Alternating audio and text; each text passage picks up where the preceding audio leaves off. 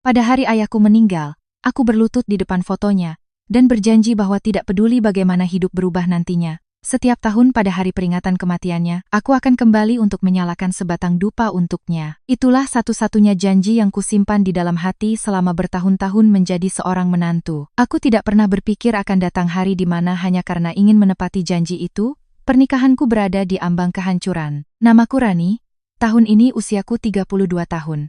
Aku sudah menikah selama hampir 8 tahun. Orang luar yang melihatku pasti berpikir aku beruntung karena suamiku memiliki pekerjaan yang stabil, keluarga suamiku kaya raya, dan tinggal di sebuah rumah luas di tengah kota Jakarta. Namun, hanya aku yang mengerti bahwa di balik pintu itu ada hari-hari penuh kesabaran yang menyesakkan. Sejak melangkahkan kaki menjadi menantu, aku selalu berkata pada diri sendiri bahwa selama aku hidup dengan baik, cepat atau lambat aku akan disayangi. Ibuku pernah menasihati, seorang anak perempuan yang sudah menikah harus tahu bagaimana cara sedikit mengalah, sedikit memikirkan keluarga. Setiap kali ibu mertuaku berkata kasar, aku selalu tersenyum dan menganggapnya angin lalu. Setiap kali suamiku meninggikan suaranya, aku selalu mengakui kesalahanku agar semuanya kembali damai. Mungkin kesabaranku itulah yang membuat semua orang terbiasa menganggap perasaanku tidak penting. Ayahku meninggal hampir setahun yang lalu setelah menderita sakit parah. Pada hari beliau menutup mata, aku hanya sempat berlari pulang untuk melihatnya untuk terakhir kali karena ibu mertuaku bersikeras tidak mengizinkanku mengambil cuti berhari-hari. Beliau berkata bahwa di rumah sedang banyak pekerjaan, dan sebagai menantu, aku harus mengurus urusan di sini terlebih dahulu. Pada hari pemakaman ayahku, aku berdiri diam menatap peti jenazah yang perlahan menghilang di balik tirai hujan, hatiku sakit hingga rasanya tidak bisa bernapas. Sebelum meninggal, ayah masih memegang erat tanganku dan berkata dengan suara yang sangat lemah, "Nak, kelak hiduplah sesukamu, asalkan kamu bahagia." Itulah kalimat terakhir dari ayah. Selama hampir setahun setelah itu, tidak ada malam di mana aku bisa tidur nyenyak. Setiap kali merindukan ayah, aku hanya bisa menangis diam-diam di kamar mandi, agar tidak ada yang melihat. Kemudian, peringatan 1 tahun kematian ayah semakin dekat. Sejak awal bulan, aku sudah melihat kalender dan menandainya dengan hati-hati. Aku berencana untuk pulang ke kampung halaman hanya untuk 1 hari. Pagi berangkat, malam keesokan harinya akan kembali. Pekerjaan rumah sudah kusiapkan dengan cermat sebelumnya. Kulkas penuh dengan makanan, pakaian sudah dicuci bersih, rumah rapi. Aku bahkan sudah memasak beberapa hidangan kesukaan ibu mertuaku agar beliau tinggal memanaskannya. Kupikir aku sudah melakukan semua yang kubisa. Malam itu setelah makan malam, aku berkata dengan lembut, "Ibu, akhir pekan ini adalah peringatan 1 tahun meninggalnya ayah saya. Saya mohon izin untuk pulang ke kampung sehari, lalu pagi-pagi keesokan harinya saya akan langsung kembali." Ibu mertuaku meletakkan sumpitnya dengan keras di atas meja. "Untuk apa pulang?" Aku menjawab dengan pelan, "Untuk peringatan 1 tahun ayah saya, Bu." Beliau menyeringai, "Ayahmu sudah meninggal hampir setahun, kan? Orang yang sudah meninggal ya sudah meninggal, peringatan tahun kapanpun bisa." Aku tertegun. "Tapi ini peringatan pertama," beliau berkata dengan dingin. "Memangnya kenapa kalau peringatan pertama?" Aku mencoba menjaga ketenangan. "Saya hanya minta izin pulang 1 hari, Bu." Ibu mertuaku menatapku seolah-olah melihat orang asing. "Kamu sudah menikah. Rumah ini adalah rumahmu. Orang tua kandungmu itu hanya kerabat, jangan sedikit-sedikit lari ke sana." Aku menggigit bibirku erat-erat.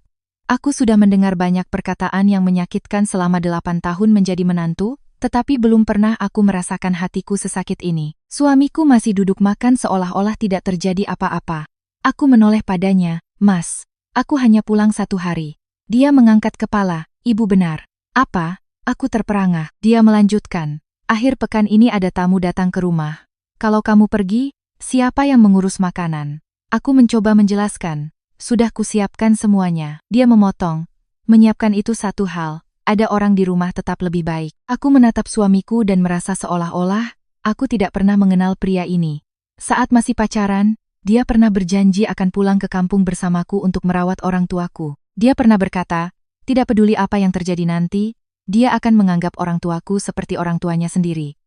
Namun sekarang, yang tersisa hanyalah kalimat, "Ibu benar." Makan malam hari itu berakhir dalam keheningan. Malam itu aku hampir tidak tidur. Aku berbaring menatap langit-langit, air mata terus mengalir. Aku rindu ayah. Aku rindu rumah kecil di desa. Rindu pohon belimbing di depan halaman yang pernah ayah tanam. Rindu suara ayah memanggilku setiap sore sepulang sekolah. Begitu banyak kenangan yang muncul dengan jelas. Pagi harinya, aku menelepon ibuku. Ibu berusaha terdengar ceria. Jangan khawatir, nak, kalau sibuk tidak apa-apa, ibu dan paman-pamanmu bisa mengurus semuanya. Mendengar ibu berkata begitu, tenggorokanku tercekat. Ibu sudah tua. Sejak ayah meninggal, rambut ibu semakin banyak yang memutih. Seharusnya saat ini aku berada di sampingnya. Namun, aku malah harus duduk memohon izin untuk bisa pulang ke acara peringatan kematian orang yang telah melahirkanku. Setelah menutup telepon, aku memutuskan untuk berbicara dengan suamiku sekali lagi. Malam hari ketika dia baru pulang kerja, aku meletakkan segelas air di depannya. Aku ingin bicara denganmu. Dia masih menatap ponselnya. Bicaralah. Aku benar-benar ingin pulang untuk haul ayah.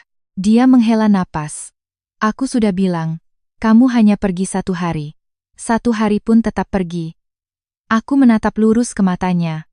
Bagaimana jika itu ayahmu? Dia mengangkat kepala. Apa maksudmu? Jika ini haul pertama ayahmu dan aku tidak mengizinkanmu pulang, bagaimana perasaanmu? Dia terdiam beberapa detik lalu mengerutkan kening. Jangan membandingkan yang tidak-tidak. Aku menggeleng pelan. Aku tidak membandingkan. Aku hanya ingin kamu mengerti perasaanku. Dia berdiri. Aku sangat mengerti, tapi kamu harus mengerti bahwa kamu adalah menantu di rumah ini. Aku bertanya pelan, menjadi menantu berarti tidak boleh menjadi anak perempuan lagi? Pertanyaan itu membuat seluruh ruangan menjadi sunyi. Aku melihat tatapan suamiku berubah, tapi bukan simpati, melainkan tatapan kesal. Tepat pada saat itu, ibu mertuaku masuk dari luar. Beliau mendengar kalimat terakhirku. Kamu masih ingat kalau kamu anak perempuan? Sudah menikah 8 tahun tapi hatimu masih tertuju pada rumah orang tuamu. Aku berdiri. Saya tidak pernah melupakan kewajiban saya di rumah ini. Ibu mertuaku tertawa sinis. Kalau tidak lupa, jangan sebut-sebut lagi soal pulang ke sana. Aku mengumpulkan segenap keberanianku. Saya hanya minta 1 hari. Beliau memukul meja dengan keras. Tidak ya tidak. Selama saya masih hidup di rumah ini, saya yang memutuskan. Tidak ada yang boleh membantah. Aku merasa jantungku seperti diremas. 8 tahun aku sudah cukup bersabar.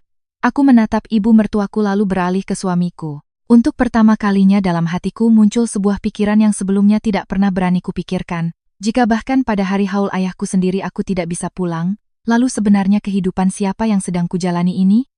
Aku menarik napas dalam-dalam. Suaraku sangat pelan tapi jelas. Maaf, Bu, tapi kali ini saya harus pulang. Seluruh ruangan seketika diselimuti suasana yang berat dan menakutkan. Suamiku perlahan berdiri, wajahnya menggelap. Aku tahu amarahnya mulai memuncak, tapi kali ini aku tidak lagi menunduk seperti biasanya. Aku berdiri diam di tengah ruang tamu. Udara begitu pekat hingga hanya terdengar suara detak jam dinding. Tatapan ibu mertuaku penuh amarah. Suamiku menatapku seolah-olah orang yang baru saja berbicara bukanlah istri yang telah hidup bersamanya selama 8 tahun. Dia berjalan selangkah demi selangkah ke arahku. Apa yang baru saja kamu katakan? Aku menjawab dengan tenang.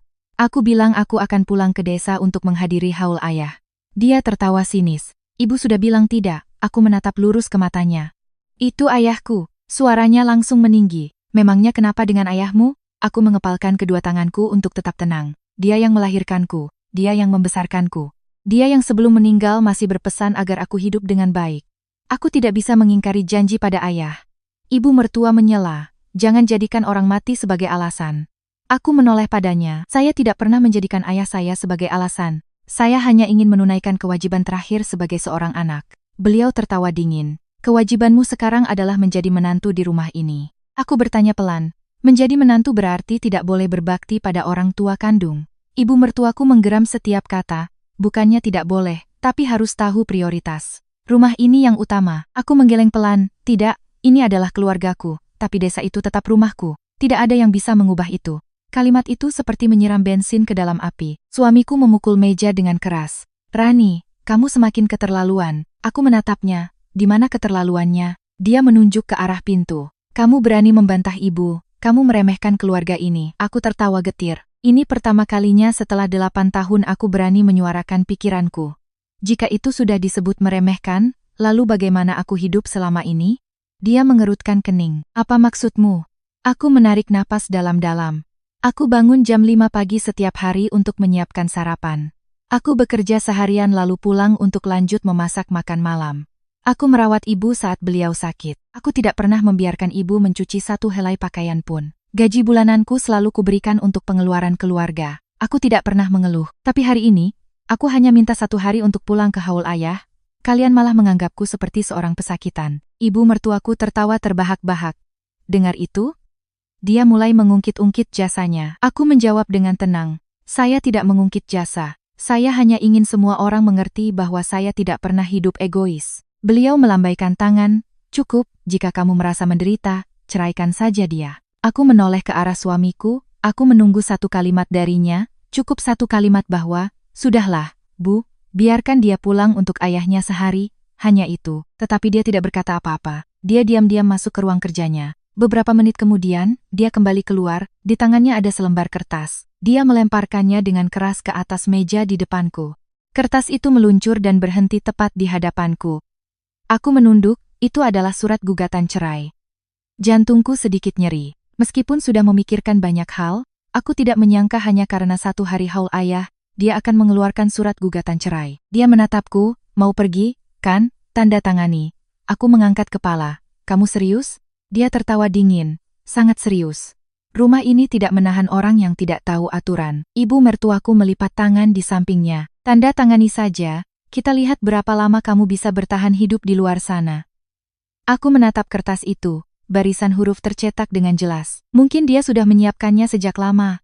Atau mungkin ini hanya cara untuk memaksaku tunduk. Aku teringat selama 8 tahun ini, setiap kali bertengkar, dia selalu berkata, kalau tidak tahan, cerai saja. Setiap kali aku selalu diam. Bukan karena takut, tapi karena aku memikirkan keluarga, memikirkan ibu yang sudah tua, memikirkan tahun-tahun yang telah kami bangun bersama. Aku selalu menjadi orang yang mengalah. Mungkin karena itu dia yakin kali ini juga akan sama. Dia duduk di kursi, melipat tangan menatapku. Tanda tangani lalu keluar dari rumah ini. Aku tantang kamu.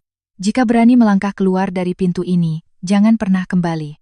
Ibu mertua menyambung. Benar, pergi saja dan jangan menangis-nangis kembali minta ampun. Beliau bahkan tersenyum sinis. Di luar sana hidup tidak mudah. Tanpa rumah ini, kamu bukan apa-apa. Aku terdiam, bukan karena sakit, tapi karena tiba-tiba aku sadar di mata mereka. Selama 8 tahun ini aku tidak pernah dianggap sebagai keluarga. Aku hanyalah seorang pembantu tanpa gaji. Orang yang harus melayani, harus sabar, harus tahu diri, dan sama sekali tidak boleh memiliki perasaan sendiri. Aku mengambil surat itu, melihatnya dengan saksama. Dia masih duduk di sana. Tatapannya penuh percaya diri. Dia yakin aku akan menangis, akan meminta maaf, akan berlutut mengakui kesalahan seperti yang sudah-sudah.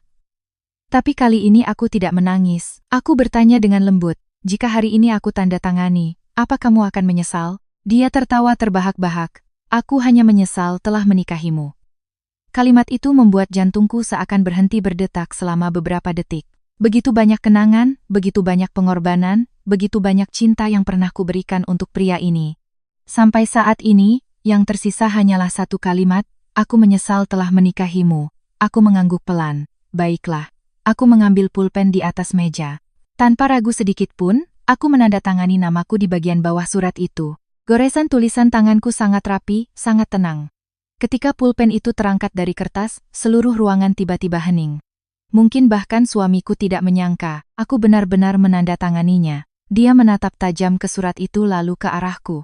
Wajahnya sedikit terkejut, hanya beberapa detik kemudian dia kembali tertawa sinis. Bagus, hebat sekali. Kalau punya nyali pergi saja sekarang, jangan kembali. Aku melipat surat itu, meletakkannya di atas meja, lalu berbalik masuk ke kamar.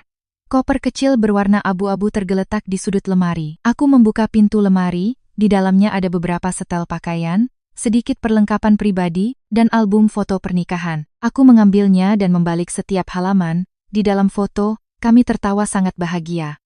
Dulu aku percaya akan menggandeng tangan pria ini seumur hidup. Tidak kusangka yang mengakhiri pernikahan ini hanyalah satu hari haul ayah. Aku menutup album itu perlahan. Meletakkannya kembali di tempatnya semula. Aku tidak membawanya. Ada kenangan yang sebaiknya ditinggalkan di tempatnya. Aku mengambil beberapa setel pakaian. Sebuah sweater rajutan yang ibu buatkan untukku bertahun-tahun yang lalu. Buku catatan kecil pemberian ayah, sapu tangan ibu. Selain itu, aku tidak mengambil apa-apa lagi. Melangkah keluar dari kamar. Ibu mertuaku melihat koperku lalu tertawa. Sedikit sekali, kukira kamu akan membawa semua hartamu. Aku berkata dengan tenang. Yang bukan milikku, tidak akan kuambil. Beliau menyeringai, tahu diri juga. Aku tidak menjawab. Aku menoleh menatap suamiku. Untuk terakhir kalinya, dia masih duduk di kursi, sama sekali tidak berniat menahanku. Aku bertanya dengan sangat pelan, Kamu benar-benar ingin aku pergi? Dia menjawab dengan dingin. Kamu sendiri yang memilih. Jangan salahkan siapapun. Aku mengangguk pelan. Baiklah, aku akan pergi. Aku menarik koperku ke arah pintu. Setiap langkah terasa berat, seperti membawa batu. 8 tahun masa mudaku, 8 tahun membangun rumah tangga, akhirnya hanya terbungkus dalam sebuah koper kecil. Ketika tanganku menyentuh gagang pintu, dari belakang terdengar suara suamiku. Dia masih berpikir aku akan berhenti. Dia berkata dengan suara keras, Rani, jika kamu melangkah keluar sekarang, jangan pernah menyesal nanti. Aku tidak menoleh. Aku hanya membuka pintu perlahan.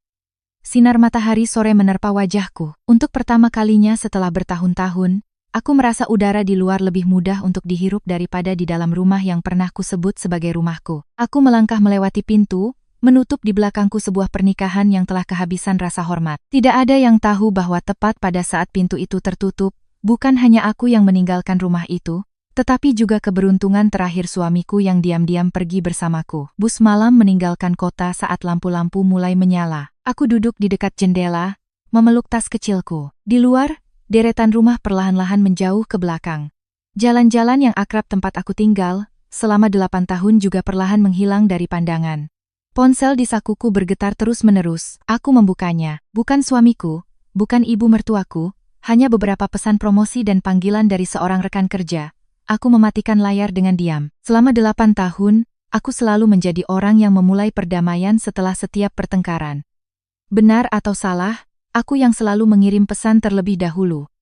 Tapi kali ini aku tidak mau lagi. Aku menyandarkan kepalaku di kaca jendela. Cahaya lampu kuning kabur di depan mataku. Entah karena bus melaju terlalu cepat atau karena air mataku sudah membasahi mataku sejak tadi. Aku teringat terakhir kali kami pulang ke desa untuk mengunjungi ayah. Hari itu ayah sangat senang. Beliau bangun pagi-pagi ke pasar membeli semua makanan kesukaan suamiku. Ayam paling enak, sayuran segar dari kebun, ikan yang ayah pancing sendiri dari kolam belakang rumah. Selama makan, ayah terus mengambilkan lauk untuk menantunya. Makan yang banyak, nak. Bekerja keras harus jaga kesehatan. Suamiku saat itu tersenyum gembira. Iya, ayah, biar saya ambil sendiri. Ayahku tersenyum ramah. Kamu kan tamu istimewa di rumah ini. Sekarang teringat kembali, hatiku semakin sakit. Pria yang pernah sangat disayangi ayahku justru adalah orang yang melemparkan surat cerai ke wajah putrinya. Bus berhenti di sebuah tempat peristirahatan. Aku turun membeli sebotol air. Tepat pada saat itu, telepon berdering. Itu ibu. Aku menarik napas dalam-dalam lalu mengangkatnya. Halo, Bu. Suara ibu masih selembut biasanya. Sudah naik bus, nak? Sudah, Bu.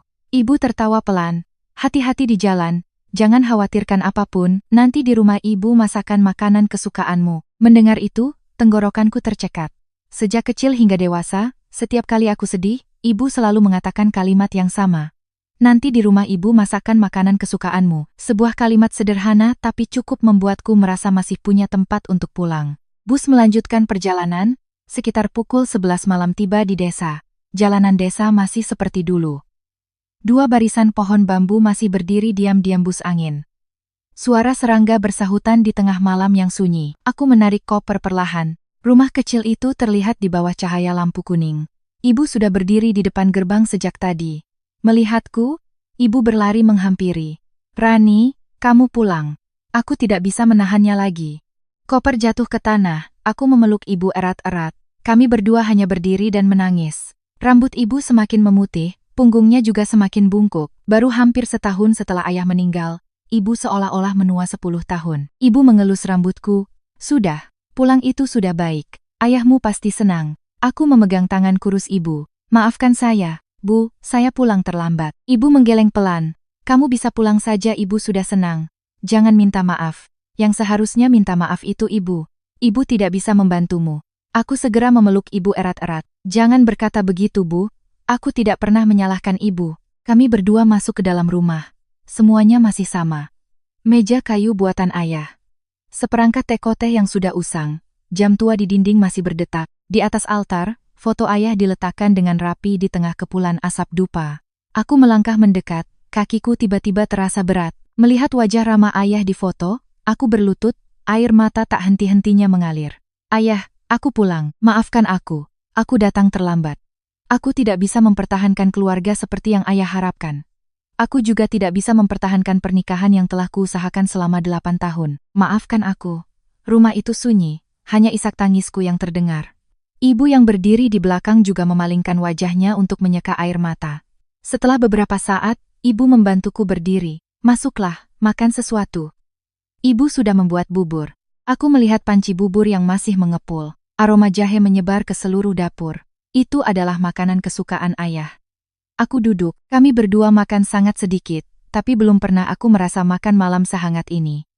Malam itu, kami berdua tidur di satu ranjang seperti saat aku masih kecil. Ibu mengelus rambutku lalu tiba-tiba bertanya, "Kalian bertengkar?" Aku diam. Ibu menghela napas. "Ibu ini ibumu. Kamu bisa menyembunyikannya dari siapa saja, tapi tidak dari ibu."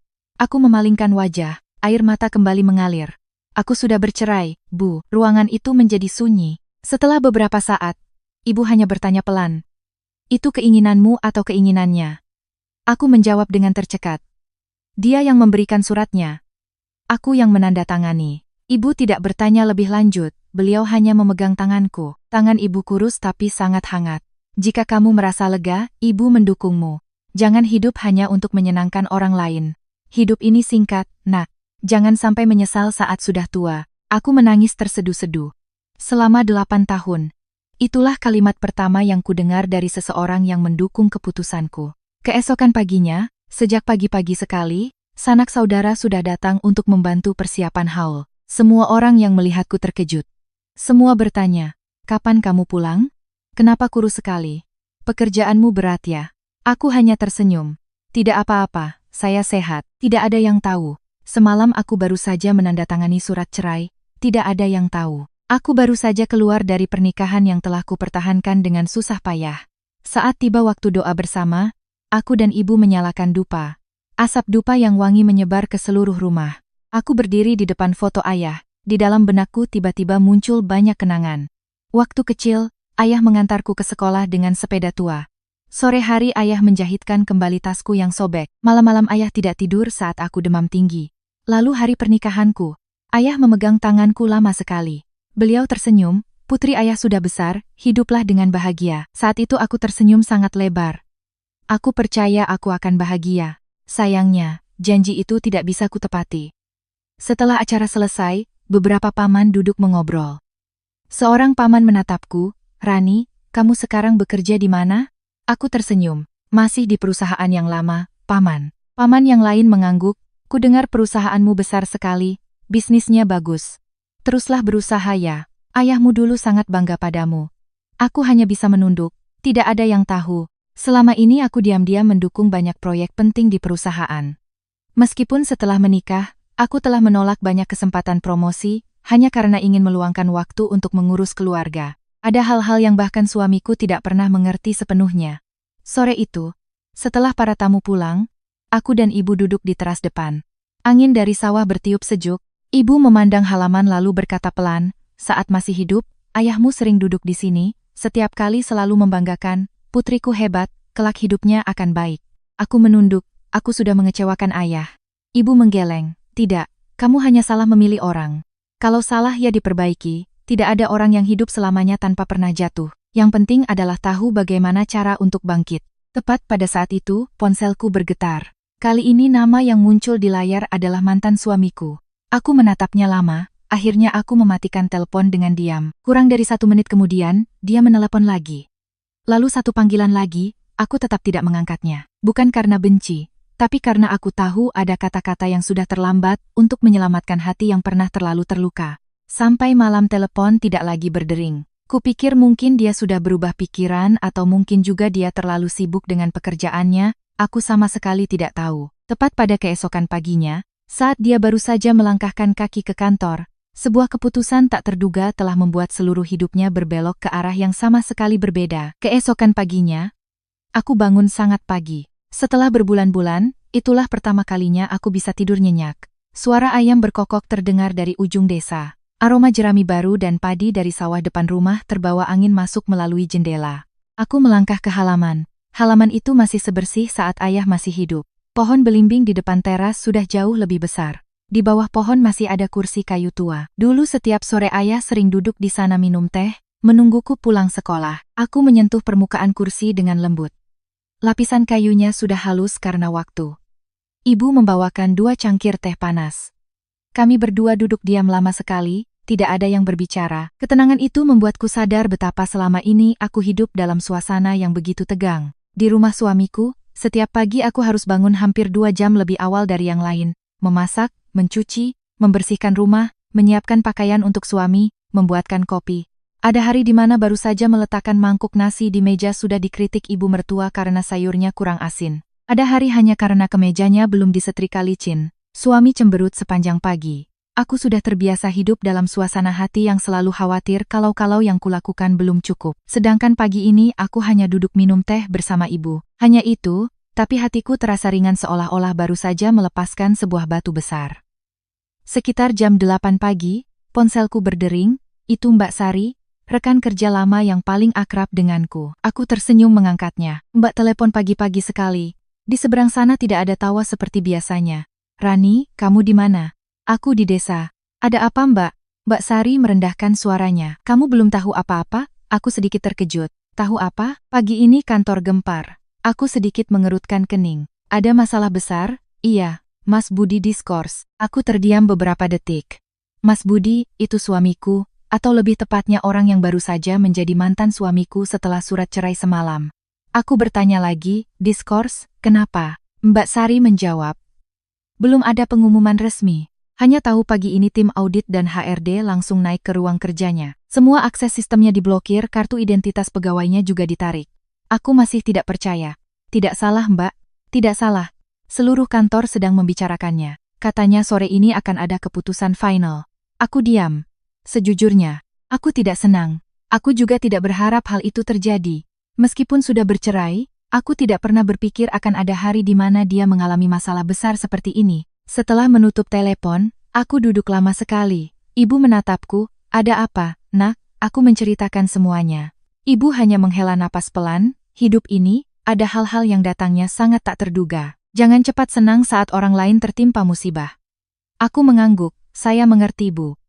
Tepat pada saat itu, di kota, suasana di kantor tempat suamiku bekerja sangat kontras dengan ketenangan di desa. Pukul 7.30, dia baru saja turun dari mobil, seperti biasa, dia merapikan dasinya lalu melangkah masuk ke lobi. Beberapa resepsionis yang biasanya selalu menunduk menyapa, hari ini hanya menatapnya diam-diam lalu kembali menunduk ke layar komputer. Dia sedikit kesal tapi tidak terlalu memikirkannya.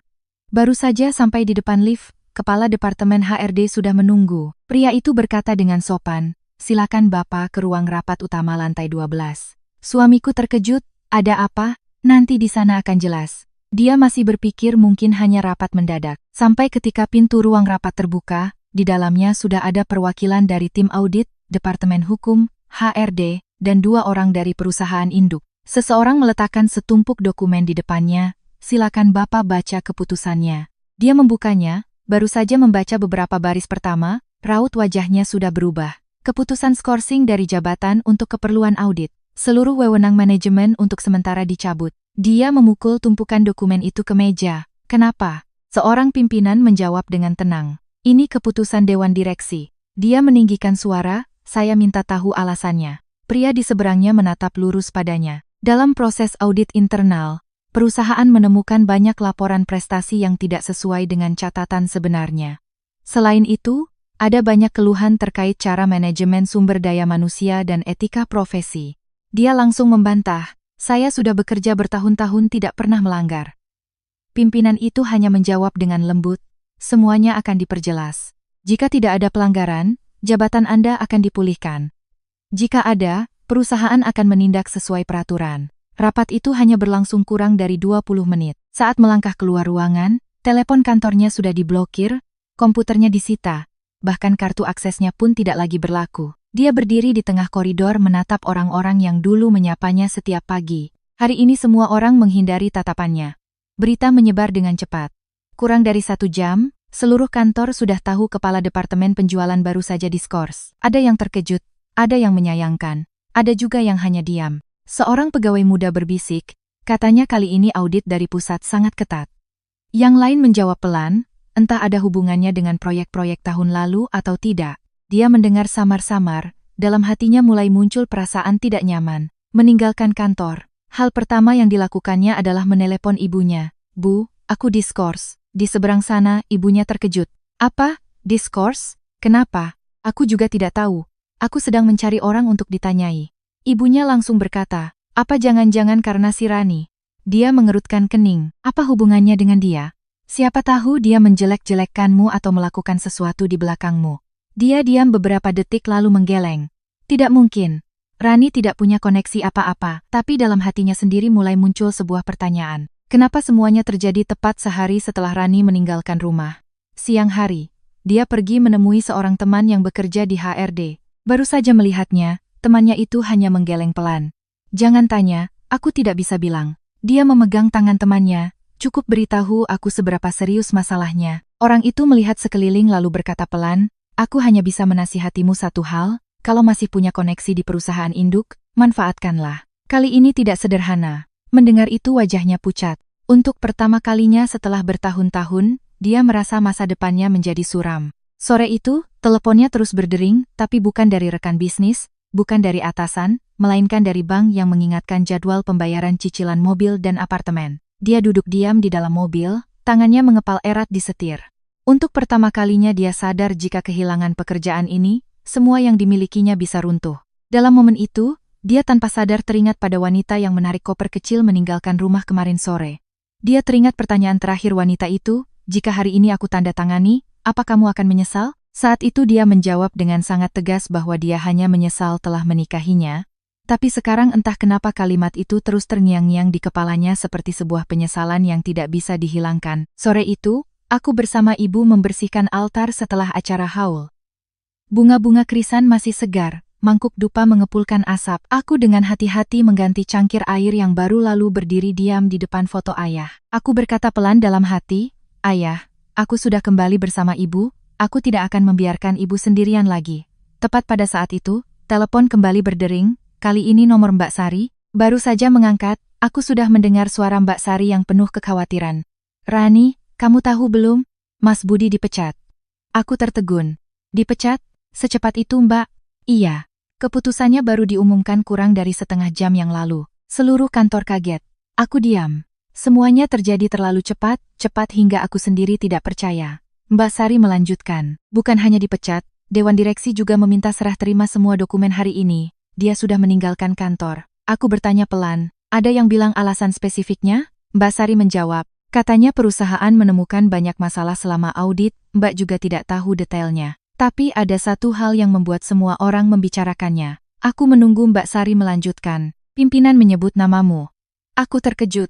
Menyebut namaku? Iya, bukan dalam artian buruk, tapi mereka bilang kalau dulu kamu masih bekerja di Departemen Strategi, banyak proyek tidak akan terjadi kesalahan seperti yang baru-baru ini. Mendengar itu aku hanya menghela napas pelan.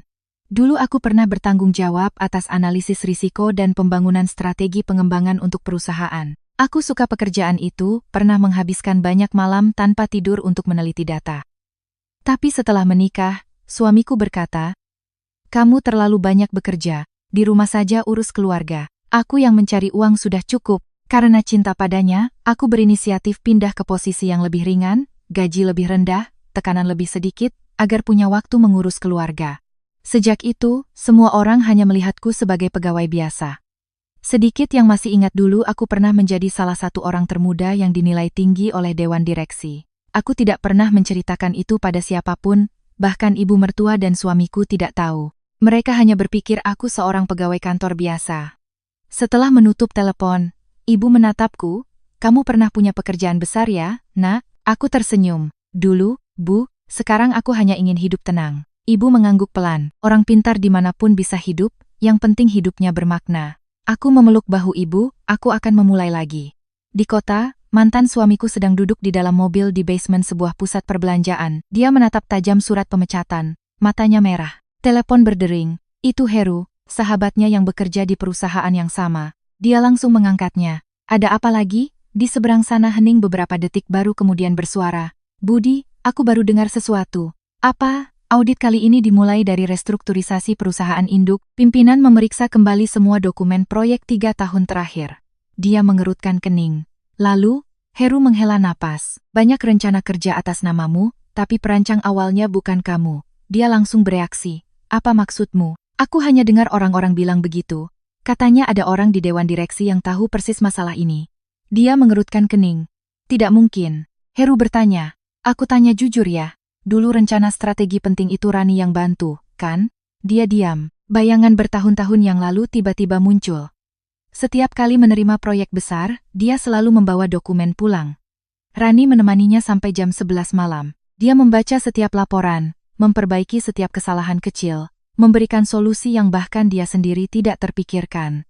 Keesokan paginya, dia hanya tinggal membawa rencana kerja itu ke kantor. Semua orang memuji. Hebat sekali, idenya bagus. Bos sangat puas, sedangkan Rani hanya tersenyum. Aku ikut senang.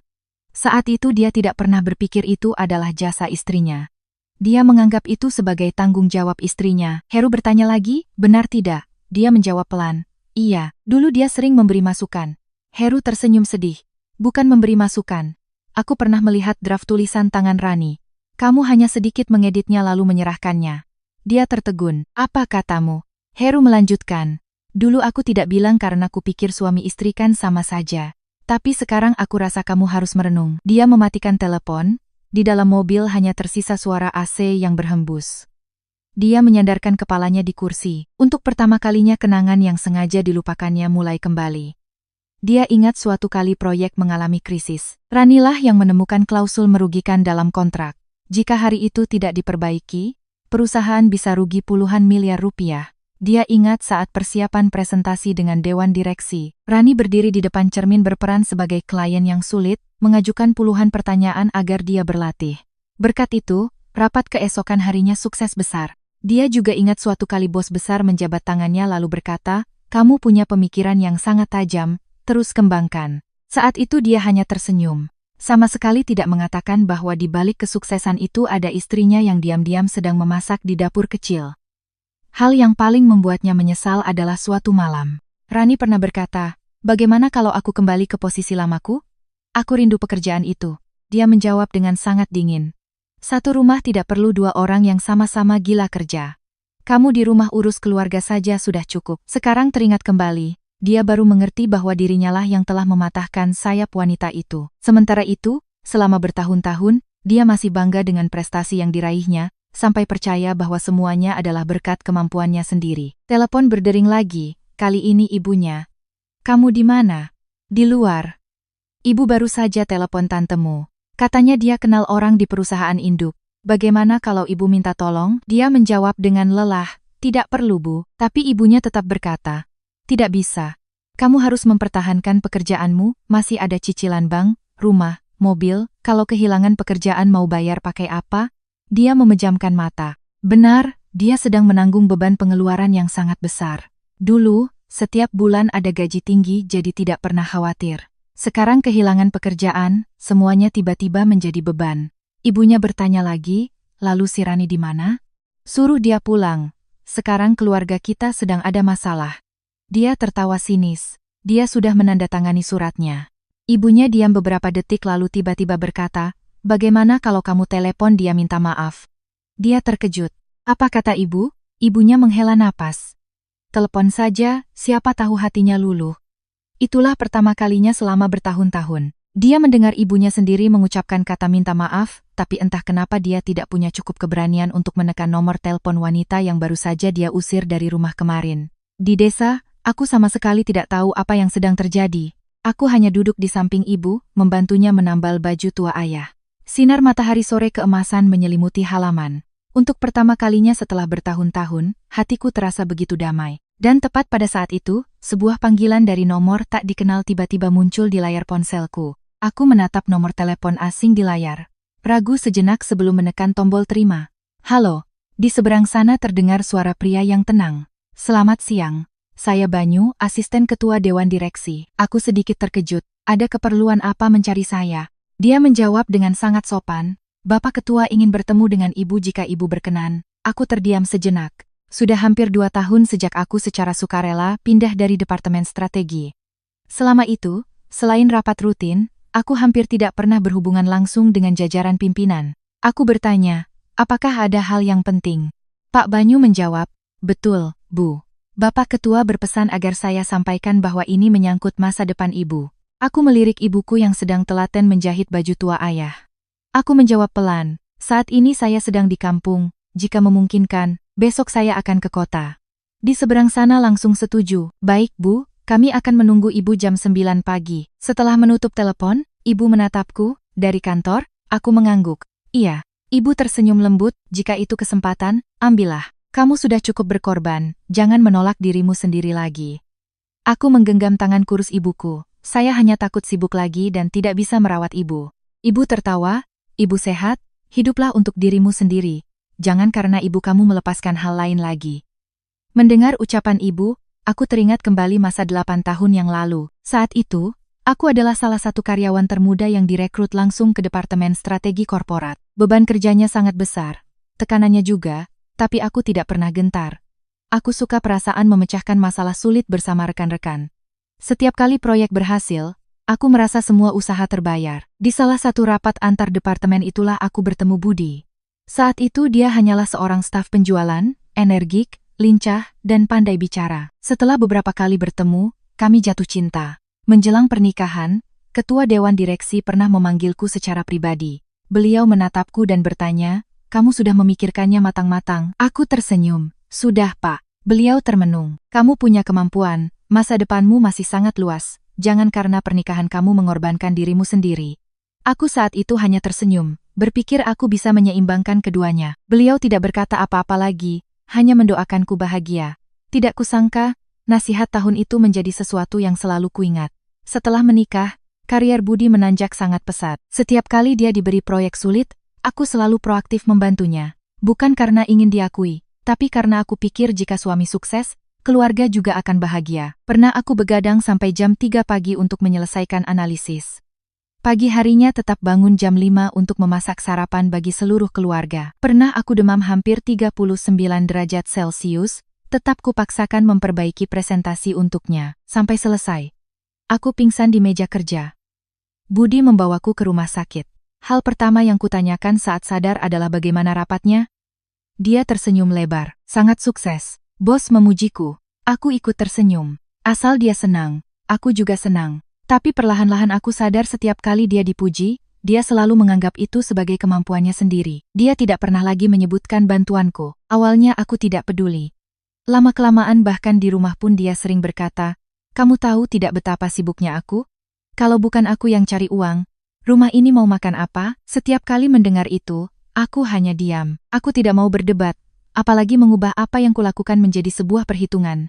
Keesokan paginya, aku pergi ke kota, melangkah masuk ke kantor pusat, perasaan yang akrab kembali menyergap. Banyak rekan kerja lama yang mengenaliku. Mereka tersenyum menyapa, "Mbak Rani, lama tidak bertemu." "Apa kabar, Mbak?" Aku juga tersenyum membalas. "Baik, terima kasih." Sampai di lantai teratas, Pak Banyu sudah menunggu. Dia mengantarku ke ruang ketua. Begitu melihatku, beliau berdiri. "Rani, lama tidak bertemu." Aku menunduk hormat. "Selamat pagi, Pak." Beliau menunjuk kursi. "Silakan duduk." Setelah beberapa basa-basi, beliau menatapku lama lalu berkata perlahan, "Saya sudah dengar ceritamu." Aku sedikit terkejut. "Bapak tahu?" Beliau mengangguk. "Bukan hanya tahu. Saya juga sangat menyesal. Menyesal karena orang sepertimu yang punya kemampuan malah melepaskan karier, dan akhirnya harus banyak berkorban." Aku tersenyum tipis. "Itu pilihan saya, Pak." Beliau menggeleng. "Bukan. Pilihan karena cinta berbeda dengan pilihan karena diremehkan. Kamu mengerti maksud saya, kan?" Aku diam. Beliau membuka laci, mengeluarkan setumpuk dokumen. "Lihat ini." Aku membuka lembar demi lembar. Itu adalah dokumen proyek-proyek besar beberapa tahun lalu. Di setiap rencana kerja ada 2 versi, satu draft, satu versi final. Aku langsung mengenali tulisan tanganku di draft-draft itu. Beliau berkata, "Tim audit internal telah meninjau semuanya. Kami menemukan banyak dokumen yang tersimpan di sistem asli. Perancang awalnya adalah kamu." Aku mengangguk pelan. "Iya, Pak, dulu saya hanya membantunya." Beliau menatapku, "Kamu hanya berpikir membantu suami, tapi banyak orang berpikir itu semua adalah hasil kerja kerasnya." Aku tidak tahu harus berkata apa. Beliau melanjutkan, "Saya tidak memecat seseorang karena masalah keluarga. Keputusan terhadap Budi diambil setelah proses evaluasi menyeluruh terhadap kemampuan manajerial, kejujuran dalam pelaporan, kemampuan operasional, dan juga cara memperlakukan staf. Semua faktor dipertimbangkan secara independen." Aku berkata pelan, "Saya tidak ingin karena dia terkena imbas." Beliau tersenyum, Kamu masih sama seperti dulu, selalu memikirkan orang lain. Tapi kamu harus ingat, sebuah perusahaan tidak bisa memberikan tanggung jawab kepada orang yang tidak pantas. Beliau menutup dokumen itu lalu menatapku dengan tatapan penuh keyakinan. Saya punya tawaran, kembalilah. Bukan ke posisi lama, tapi sebagai direktur strategi korporat. Aku terperangah. Apa kata Bapak? Beliau tersenyum. Ini adalah posisi yang seharusnya sudah kamu duduki 3 tahun lalu. Hanya karena kamu menolak, kali ini saya tidak mau kehilangan kesempatan lagi. Aku terdiam. Dalam benakku muncul bayangan wanita yang dulu melepaskan mimpinya demi keluarga. Lalu bayangan istri yang menarik koper kecil keluar dari rumah dengan penuh penghinaan. Dua bayangan itu seolah-olah berdiri berhadapan. Beliau berkata dengan lembut, tidak perlu dijawab sekarang, tapi saya harap kali ini kamu memilih untuk dirimu sendiri. Aku menarik napas dalam-dalam. Untuk pertama kalinya setelah bertahun-tahun, aku merasa pintu yang pernah kututup rapat, kini perlahan terbuka. Tepat pada saat itu, dari luar ruang kerja terdengar suara perdebatan keras. Suara yang sangat kukenal, itu adalah Budi. Dia sedang berusaha melewati petugas keamanan untuk bisa bertemu dengan ketua. Perdebatan di luar koridor semakin kencang. Aku langsung mengenali suara Budi. Dia berkata dengan tergesa-gesa, saya hanya minta bertemu Bapak Ketua 5 menit saja. Tolong izinkan saya masuk. Seorang petugas keamanan menjawab dengan lembut. Maaf Pak, Bapak tidak punya janji. Tanpa persetujuan Bapak Ketua, kami tidak bisa mengizinkan Bapak masuk. Budi masih mencoba menjelaskan, saya ada urusan sangat penting. Tolonglah, saya hanya butuh 5 menit. Aku menoleh ke arah ketua. Beliau menghela napas pelan. Kamu duduk saja di sini, biar saya yang keluar. Aku bergegas berdiri Pak, biar saya pulang dulu. Beliau menggeleng, tidak perlu. Urusan harus diselesaikan satu persatu. Beliau melangkah keluar, pintu baru saja terbuka, Budi langsung maju. Bapak Ketua, tolong beri saya satu kesempatan. Saya tahu saya masih banyak kekurangan, tapi tolong pertimbangkan kembali keputusan Bapak. Ketua menatapnya dengan tenang. Keputusan Dewan Direksi sudah final. Tidak ada yang bisa mengubahnya. Budi menunduk.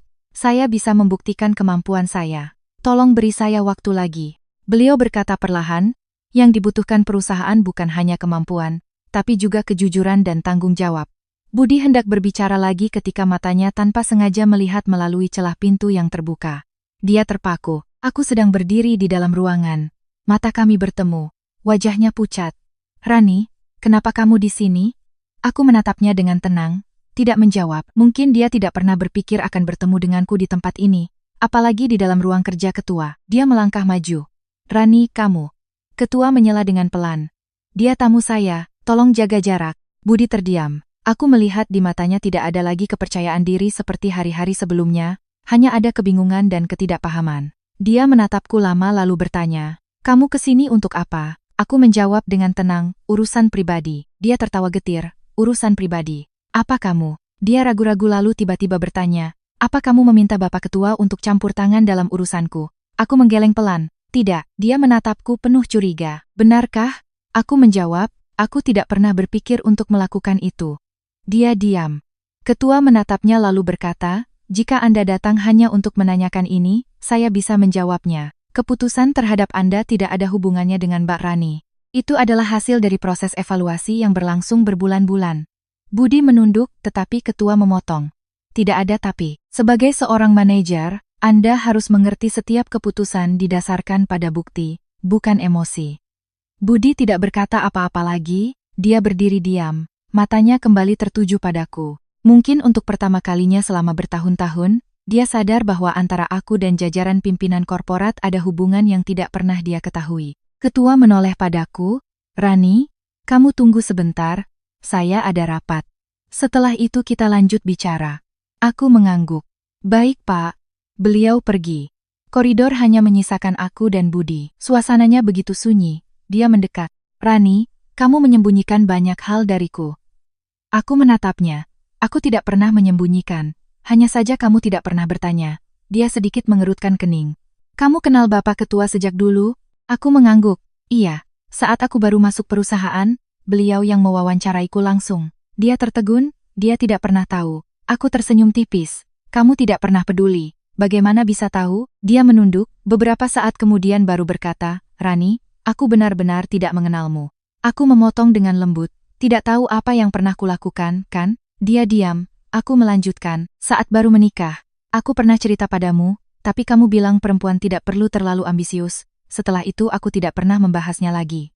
Budi mengacak-acak rambutnya, matanya terlihat lelah. Dia berkata pelan, aku minta maaf. Aku menatap pria di depanku. Baru 2 hari yang lalu, dia melemparkan surat cerai ke wajahku, mengatakan menyesal telah menikahiku. Namun hari ini dia mengucapkan kata maaf. Anehnya, aku tidak lagi merasa terharu. Mungkin ketika hati sudah terlalu banyak terluka, sebuah permintaan maaf menjadi terlalu ringan. Tepat pada saat itu, telepon Budi berdering. Dia melihat layar, itu ibunya. Dia mengangkatnya. Iya, Bu. Suara ibu mertuaku terdengar keras. Sudah bertemu ketua, bagaimana? Budi menghela napas. Tidak bisa, ibunya langsung bertanya, Rani di mana? Dia ada di sana. Dia menoleh menatapku, ada. Ibunya langsung berkata, berikan teleponnya. Dia menatapku, ibu mau bicara. Aku menggeleng, tidak perlu. Dia tetap menyodorkan teleponnya. Ibu bilang ada urusan penting. Aku terpaksa menerimanya. Halo, di seberang sana hening beberapa detik lalu suara ibu mertuaku melembut. Rani? Ibu minta maaf nak. Aku sedikit terkejut. Ini pertama kalinya sejak aku menjadi menantunya, beliau memanggilku dengan suara selembut itu. Beliau melanjutkan, kemarin ibu terlalu emosi, jangan dimasukkan ke hati ya. Pulanglah ke rumah. Ada apa-apa kita bicarakan baik-baik. Aku menjawab dengan tenang. Maaf, Bu, saya dan Mas Budi sudah menandatangani suratnya. Beliau buru-buru berkata, suratnya kan belum didaftarkan, masih bisa dibatalkan. Pulanglah, nanti ibu suruh dia minta maaf. Aku diam. Beliau melanjutkan, rumah ini tidak bisa tanpamu. Pulang ya? Aku bertanya pelan.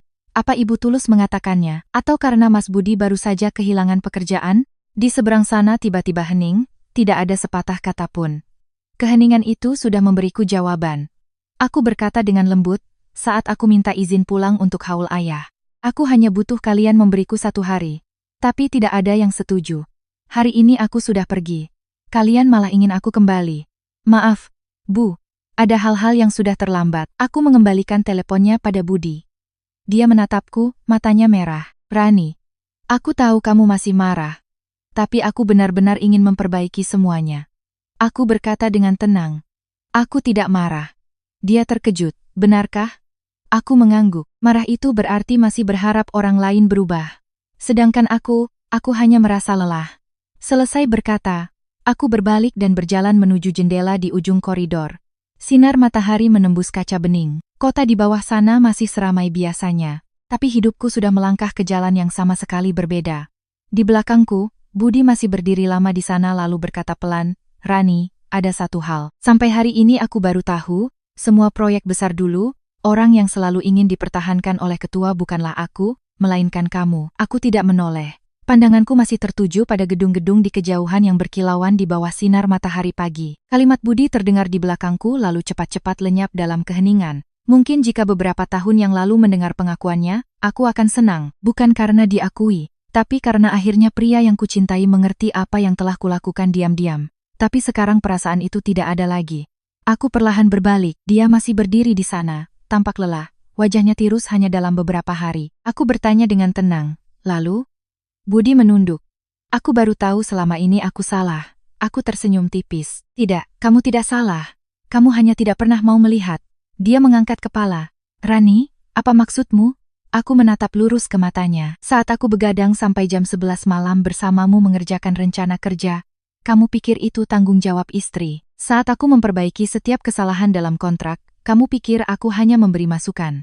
Saat aku melepaskan kesempatan promosi untuk mengurus keluarga, kamu pikir itu hal yang wajar. Bukan kamu tidak tahu, tapi kamu terbiasa menerima semua pengorbanan itu. Budi diam. Aku melanjutkan. Kamu ingat saat kamu diangkat menjadi kepala departemen? Dia mengangguk pelan. Ingat, aku bertanya. Hari itu kamu pulang dan bilang apa? Dia berusaha mengingat lalu wajahnya tiba-tiba berubah. Aku masih ingat dengan jelas. Hari itu dia memelukku dan tertawa keras. Dia bilang, lihat kan? Aku sudah bilang, asal punya kemampuan, semua orang pasti mengakuinya. Saat itu aku hanya tersenyum, aku tidak memberitahunya bahwa 3 hari sebelum rapat itu, aku duduk menganalisis semua data pasar untuk membantunya menyelesaikan proposalnya. Dia menunduk sangat dalam, kedua tangannya terkepal. Rani, aku menggeleng pelan.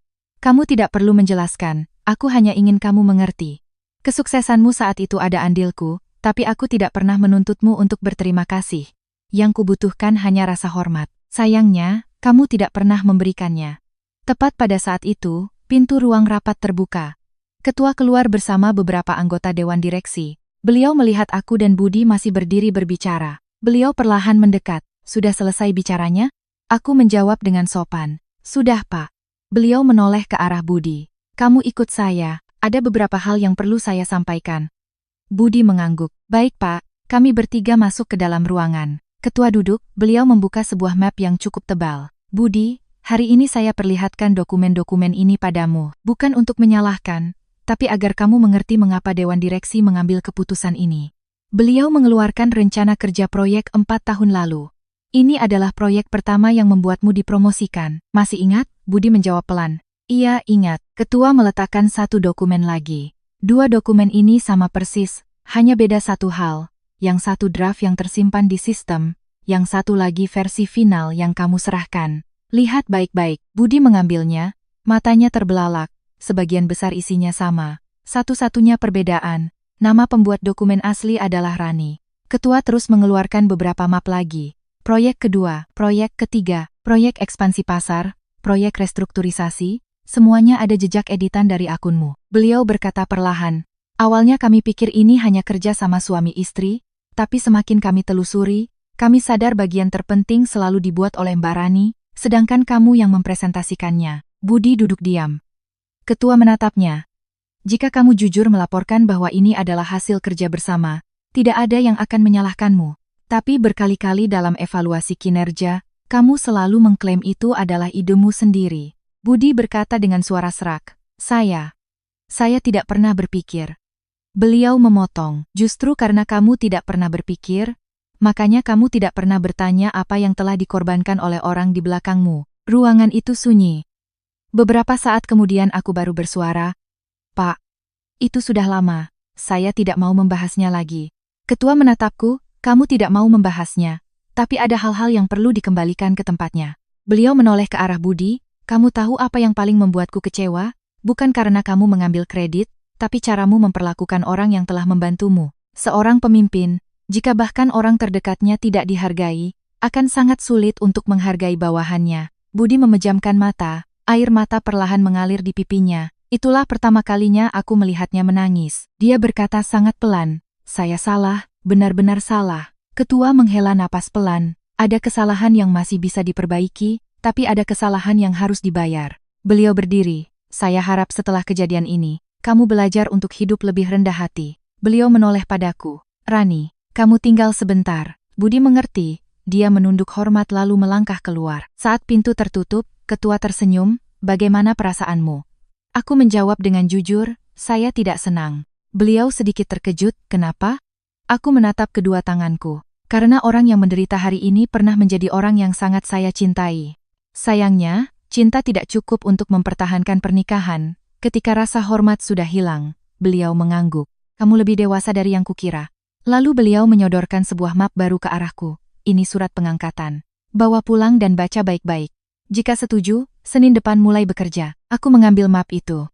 Tanganku sedikit gemetar. 8 tahun yang lalu, aku menutup pintu karierku. Hari ini pintu itu terbuka lagi di hadapanku. Aku berdiri, menunduk berterima kasih. Saya akan berusaha, Pak. Beliau tersenyum ramah. Saya percaya padamu. Meninggalkan gedung perusahaan, aku baru saja turun ke lobi ketika melihat mobil yang kukenal parkir di seberang jalan. Ibu mertuaku berdiri di samping mobil. Begitu melihatku, beliau langsung berlari menghampiri. Rani, Ibu. Tante mau bicara. Aku berhenti. Beliau menggenggam tanganku, matanya merah, sangat berbeda dengan sikap dinginnya dulu. Rani, Tante minta maaf. Tante benar-benar minta maaf. Aku menarik tanganku dengan lembut. Maaf, Tante. Ada perlu apa? Beliau berkata dengan tercekat, pulanglah ke rumah. Tante tahu Tante salah. Tante janji mulai sekarang akan memperlakukanmu seperti anak sendiri. Aku menatapnya lama lalu bertanya pelan, jika hari ini Mas Budi masih menjadi kepala departemen, jika dia tidak dipecat, apa Tante akan berdiri di sini mengucapkan kata-kata ini? Wajahnya langsung kaku, bibirnya bergetar tapi tidak bisa berkata apa-apa. Aku mengangguk pelan. Saya mengerti. Aku menunduk hormat padanya lalu berjalan pergi dengan diam. Di belakangku, suara tangisan ibu mertuaku terdengar di tengah halaman luas perusahaan. Tapi kali ini aku tidak menoleh ke belakang. 3 minggu kemudian, Aku menerima surat panggilan ke pengadilan untuk menghadiri sesi mediasi sebelum menyelesaikan proses perceraian. Aku memegang surat itu lama sekali. Hatiku tidak lagi merasa panik seperti saat menandatangani surat itu di depan Budi. Semuanya sekarang terasa begitu tenang. Mungkin karena aku sudah cukup menangis, cukup sakit, dan juga sudah menerima bahwa ada jalan yang harus kutempuh sendiri. Pagi itu, ibu bangun sangat pagi. Beliau membuatkanku semangkuk soto hangat. Sambil meletakkan potongan daging ke dalam mangkuk, beliau berkata, "Makan yang banyak, apapun yang terjadi harus jaga kesehatan." Aku tersenyum, "Iya, Bu." Ibu menatapku lama lalu memegang tanganku dengan lembut. "Ibu tidak ingin kamu kaya, juga tidak ingin kamu punya jabatan tinggi. Ibu hanya ingin mulai sekarang, setiap hari kamu bisa hidup dengan tenang." Mendengar itu, mataku terasa perih. Aku memeluk ibu, aku akan hidup dengan baik. Aku janji pada ibu. Tepat jam 9 pagi aku sudah berada di pengadilan. Koridornya ramai seperti biasa, ada pasangan suami istri yang datang bersama, ada yang masih bergandengan tangan, ada yang menunduk diam. Semua orang membawa cerita mereka masing-masing. Aku masuk ke ruang mediasi, Budi sudah duduk di sana. Baru kurang dari sebulan, dia terlihat sangat kurus. Setelan jas yang dulu pas kini terlihat lebih besar. Begitu melihatku, dia langsung berdiri. "Rani, kamu datang." Aku mengangguk pelan. Pagi, tidak ada lagi panggilan Mas, tidak ada lagi keakraban, hanya sapaan sopan antara dua orang yang pernah menjadi suami istri. Mediator mempersilakan kami duduk. Setelah membaca kembali berkas, beliau bertanya dengan lembut, "Apakah Bapak dan Ibu sudah memikirkannya baik-baik? Jika masih ada kemungkinan untuk berdamai, hukum selalu menganjurkannya." Budi menatapku lalu tiba-tiba angkat bicara. "Saya tidak setuju bercerai, saya ingin menarik gugatan." Aku menoleh menatapnya. Tatapanku tenang. Mediator bertanya alasannya. Budi menarik napas dalam-dalam. "Karena saya sadar yang salah adalah saya. Saya telah terlalu banyak menyakiti istri saya.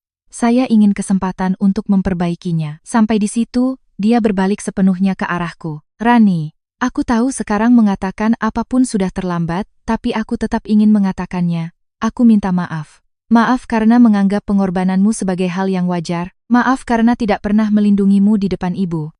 Maaf karena membiarkanmu harus meminta izin hanya untuk pulang ke haul ayah. Dan maaf karena melemparkan surat cerai itu ke wajahmu." Suaranya bergetar. "Saat kamu melangkah keluar pintu, aku masih berpikir beberapa jam kemudian kamu akan kembali. Sampai rumah itu hanya menyisakan aku sendiri. Aku baru sadar yang membuat tempat itu menjadi rumah bukanlah aku, melainkan kamu."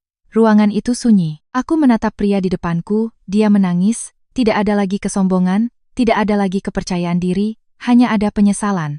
Mediator menoleh padaku, "Bagaimana pendapat ibu?" Aku tersenyum sangat tipis. "Terima kasih." Budi mengangkat kepala. "Jadi kamu memberiku kesempatan." Aku menggeleng pelan. "Maaf, aku tidak bisa." Dia terpaku. "Kenapa?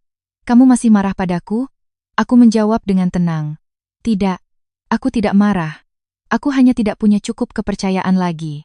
Ada luka yang akan sembuh tapi meninggalkan bekas. Dan ada kata-kata yang sekali terucap tidak bisa ditarik kembali." Aku menatap lurus ke matanya. "Saat aku minta izin pulang untuk haul ayah, yang kubutuhkan bukan uang, bukan hadiah, hanya kamu berada di pihakku sekali saja. Hanya sekali. Tapi kamu tidak melakukannya." Dia menunduk, bahunya bergetar. Aku melanjutkan. "Lalu kamu melemparkan surat cerai, dan mengatakan menyesal telah menikahiku. Kamu tahu apa yang kupikirkan saat itu? Aku pikir jika seorang wanita menghabiskan 8 tahun masa mudanya untuk mengurus keluarga dan pada akhirnya hanya menerima kalimat itu, dia tidak seharusnya tinggal lagi." Air mata Budi jatuh ke meja. Dia berkata dengan tercekat, "Aku salah. Aku tahu. Tolong beri aku satu kesempatan lagi." Aku perlahan menggeleng. Jika hari ini aku kembali, itu bukan karena cinta, tapi karena kasihan. Dan sebuah pernikahan tidak bisa bertahan dengan rasa kasihan. Tepat pada saat itu, pintu ruangan terbuka, ibu mertuaku masuk. Mungkin beliau sudah meminta izin sebelumnya. Begitu melihatku, beliau berjalan cepat ke arahku lalu tiba-tiba menunduk. "Rani, tante minta maaf. Tante tahu tante tidak baik padamu. Tante mohon kamu pulang. Mulai sekarang tante akan menganggapmu seperti anak sendiri." Aku buru-buru mundur. "Tante, jangan begini."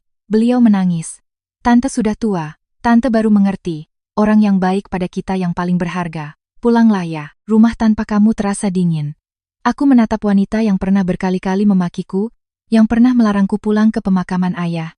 Sekarang beliau menangis. Aku tidak merasa puas, hanya merasa iba. Manusia seringkali baru menghargai setelah kehilangan. Aku berkata dengan lembut, terima kasih atas permintaan maafnya, Tante. Saya tulus tidak lagi menyalahkan Tante, tapi memaafkan bukan berarti kembali. Saya sudah melewati masa tersulit dalam hidup saya. Saya tidak ingin kembali ke titik awal. Ibu mertuaku menangis terseduh-seduh. Budi juga menunduk. Seluruh ruangan sunyi. Mediator menatapku. Jadi keputusan final ibu bagaimana? Aku menarik napas dalam-dalam, di dalam benakku muncul bayangan ayah, senyum ramah ibu, dan hari-hari tenang yang baru saja kulewati. Lalu aku menjawab dengan suara yang sangat pelan. Saya setuju bercerai, mohon selesaikan prosedurnya sesuai aturan. Budi memejamkan mata, wajahnya pucat. Mungkin dia mengerti kali ini dia benar-benar kehilanganku. Setelah menandatangani dokumen terakhir, aku berdiri, menunduk hormat pada semua orang. Saat berjalan melewati Budi, dia tiba-tiba memanggil, Rani. Aku menoleh, dia berkata dengan tercekat, terima kasih karena pernah mencintaiku. Terima kasih karena telah merawat ibuku selama 8 tahun. Jika ada kehidupan selanjutnya, aku berharap bisa bertemu denganmu lebih awal agar bisa belajar mencintaimu dengan benar. Aku tersenyum, senyum yang sangat ringan, tidak ada lagi dendam, tidak ada lagi penderitaan, hanya ada kedamaian. Aku menjawab, aku juga berterima kasih padamu. Karena berkat kejadian ini, aku bisa menemukan diriku kembali. Selesai berkata, aku melangkah keluar dari gedung pengadilan. Sinar matahari awal musim kemarau menyinari anak tangga. Aku mengangkat kepala menatap langit biru. Untuk pertama kalinya setelah bertahun-tahun, aku merasa jalan di depanku. Meskipun belum tahu akan seperti apa, setidaknya akan menjadi jalan yang kupilih sendiri. 3 tahun berlalu begitu cepat, hidupku berubah dengan cara yang tidak pernah kuduga. Setelah menerima tawaran dari ketua, aku kembali ke perusahaan dengan posisi baru. Pekerjaan jauh lebih banyak dari sebelumnya, tanggung jawab juga lebih besar. Tapi berbeda dengan masa lalu, aku tidak lagi bekerja untuk membuktikan nilaiku pada siapapun. Aku bekerja karena aku mencintai pekerjaan itu, dan karena aku tahu apa yang kuciptakan akan membantu banyak orang. Setiap akhir pekan aku selalu pulang ke desa. Rumah kecil yang dulu masih damai di bawah naungan pohon belimbing. Ibu tidak lagi sendirian. Aku menyewa orang untuk memperbaiki atap yang sudah tua, memasang paving di halaman, dan membuat kebun kecil untuk ibu menanam sayuran. Setiap sore kami berdua duduk minum teh di teras depan. Suatu hari ibu tertawa dan berkata, kalau ayahmu masih hidup, dia pasti senang sekali. Putrinya akhirnya tahu bagaimana hidup untuk dirinya sendiri. Aku menatap langit, tersenyum tipis. Kurasa ayah selalu mengawasi kita. Setiap kali haul ayah tiba, sanak saudara berkumpul. Suasana di rumah selalu hangat. Tidak ada lagi air mata seperti tahun pertama. Sebaliknya, yang ada adalah cerita tentang ayah, tentang hari-hari saat beliau masih sehat, tentang hal-hal yang pernah beliau ajarkan pada anak cucunya. Aku selalu menjadi orang yang menyalakan dupa pertama. Berdiri di depan foto ayah, aku tidak lagi menangis. Aku hanya berkata pelan, ayah tenang saja, aku hidup dengan baik. Aku dan ibu sehat. Aku sudah menepati janjiku untuk pulang setiap tahun. Angin sepoi-sepoi bertiup, asap dupa membubung lalu perlahan hilang di bawah sinar matahari. Aku selalu percaya di suatu tempat, ayah sedang tersenyum. Sementara itu, kehidupan Budi juga perlahan stabil dengan cara yang berbeda. Setelah meninggalkan perusahaan, dia butuh hampir setahun untuk mendapatkan pekerjaan baru. Gajinya hanya sebagian kecil dari sebelumnya. Tidak ada lagi mobil dinas. Tidak ada lagi ruang kerja pribadi. Tidak ada lagi orang-orang yang selalu mengelilinginya. Awalnya dia sangat sulit beradaptasi. Tapi justru masa-masa sulit itulah yang mengubahnya. Seorang teman lama bercerita padaku, Budi sekarang hidupnya berbeda, berangkat kerja tepat waktu, sangat ramah pada rekan kerja. Ada masalah apapun selalu bertanggung jawab, tidak lagi pemarah seperti dulu. Mendengar itu, aku hanya tersenyum. Manusia terkadang harus melewati kehilangan untuk mengerti nilai dari apa yang pernah mereka miliki. Ibu mertua juga banyak berubah. Beliau tidak lagi tinggal bersama putranya. Setelah kejadian itu, beliau pindah kembali ke desa. Kudengar beliau sering ikut kegiatan sosial di lingkungannya. Setiap tahun pada hari haul ayahku, beliau diam-diam mengirim sekeranjang buah dan seikat bunga krisan putih. Tidak ada nama pengirim, tapi aku tahu itu dari beliau. Pertama kali menerimanya, aku hanya terdiam. Ibu menatapku lalu berkata, orang yang tahu cara memperbaiki kesalahan masih layak dihormati. Aku mengangguk, iya Bu, aku tidak lagi dendam. Suatu sore di akhir musim gugur, aku tidak sengaja bertemu Budi di sebuah kafe dekat kantor. Dia berdiri saat melihatku. Rani, lama tidak bertemu, aku tersenyum, lama sekali, kami duduk, di antara kami tidak ada lagi kecanggungan, juga tidak ada lagi saling menyalahkan. Hanya seperti dua orang kenalan lama yang bertemu kembali setelah bertahun-tahun. Dia menatapku, "Kamu sehat?" Aku mengangguk, "Sehat. Kamu?" Dia tersenyum, "Aku juga baik-baik saja." Setelah beberapa obrolan tentang pekerjaan, dia tiba-tiba mengeluarkan sebuah kotak kayu kecil dari sakunya. Dia meletakkannya di depanku. Aku menemukan ini saat membereskan rumah. Kupikir ini harus kembali pada pemiliknya. Aku membuka kotak itu. Di dalamnya ada sebuah pulpen berwarna biru. Pulpen pemberian ayahku saat aku lulus kuliah. Saat pindah ke rumah suami, aku tidak sengaja meninggalkannya di laci. Aku mengambil pulpen itu, mengelus goresan-goresan kecilnya dengan lembut. Mataku tanpa sadar berkaca-kaca. "Terima kasih." Budi tersenyum. "Aku minta maaf. Kali ini bukan untuk memintamu kembali. Aku hanya ingin mengembalikan apa yang seharusnya menjadi milikmu." Aku menatapnya. Di matanya aku tidak lagi melihat keras kepala, hanya ada ketulusan. Aku menjawab pelan, "Terima kasih, semoga hidupmu tenang." Dia mengangguk, "Aku juga berharap kamu bahagia." Kami berdiri, masing-masing berjalan ke arah yang berlawanan, tidak ada yang menoleh ke belakang, bukan karena masih marah, tapi karena kami berdua mengerti. Hal terindah yang bisa dilakukan untuk masa lalu adalah menutupnya dengan kebaikan. Setahun lagi berlalu. Hari haul ayah tiba. Pagi-pagi aku dan ibu menyiapkan hidangan. Makanan-makanan itu masih makanan kesukaan ayah. Ikan arsik, sayur daun singkong tumbuk, sambal tuk-tuk, dan nasi putih yang masih mengepul. Ibu menambahkan vas bunga krisan kuning lalu berkata pelan, "Ayahmu paling suka bunga krisan." Aku mengangguk, aku ingat. Setelah menyalakan dupa, aku berdiri lama di depan altar. Hatiku tiba-tiba teringat hari di mana aku pernah berlutut di depan foto ayah dan menangis karena tidak tahu apakah diizinkan pulang atau tidak. Jika hari itu aku terus bersabar, jika hari itu aku menerima untuk tinggal, mungkin hari ini aku masih hidup dalam hari-hari di mana aku tidak menjadi diriku sendiri. Keputusan untuk melangkah keluar dari pintu itulah yang telah mengubah seluruh hidupku. Aku menoleh menatap ibu, beliau tersenyum lembut. Sinar matahari menembus jendela, menyinari rambutnya yang memutih. Aku tiba-tiba mengerti, di dunia ini ada hal-hal yang tidak bisa ditukar. Hubungan keluarga adalah salah satunya. Bakti pada orang tua juga. Seorang wanita bisa berkorban banyak untuk keluarga, tapi tidak seharusnya mengorbankan harga diri dan baktinya. Karena sebuah rumah yang benar-benar menjadi tempat bernaung adalah ketika di dalamnya ada cinta, rasa hormat, dan pengertian. Sedangkan jika harus meminta izin untuk menunaikan kewajiban pada orang tua sendiri, itu bukan lagi kebahagiaan. Aku menangkupkan tangan di depan foto ayah, tersenyum tipis. Putri ayah hari ini sudah benar-benar dewasa, dan akhirnya mengerti apa yang pernah ayah pesankan. Meskipun hidup penuh badai, asalkan hidup dengan baik, tahu bagaimana mencintai orang yang tepat, tahu bagaimana menghargai diri sendiri, maka akan ada hari di mana kedamaian tersenyum di ujung jalan. Terima kasih Bapak, Ibu, saudara-saudari sekalian telah mendengarkan cerita ini sampai selesai. Jika dirasa bermanfaat, jangan lupa untuk berlangganan dan nyalakan notifikasi untuk menemani kami dalam cerita-cerita selanjutnya.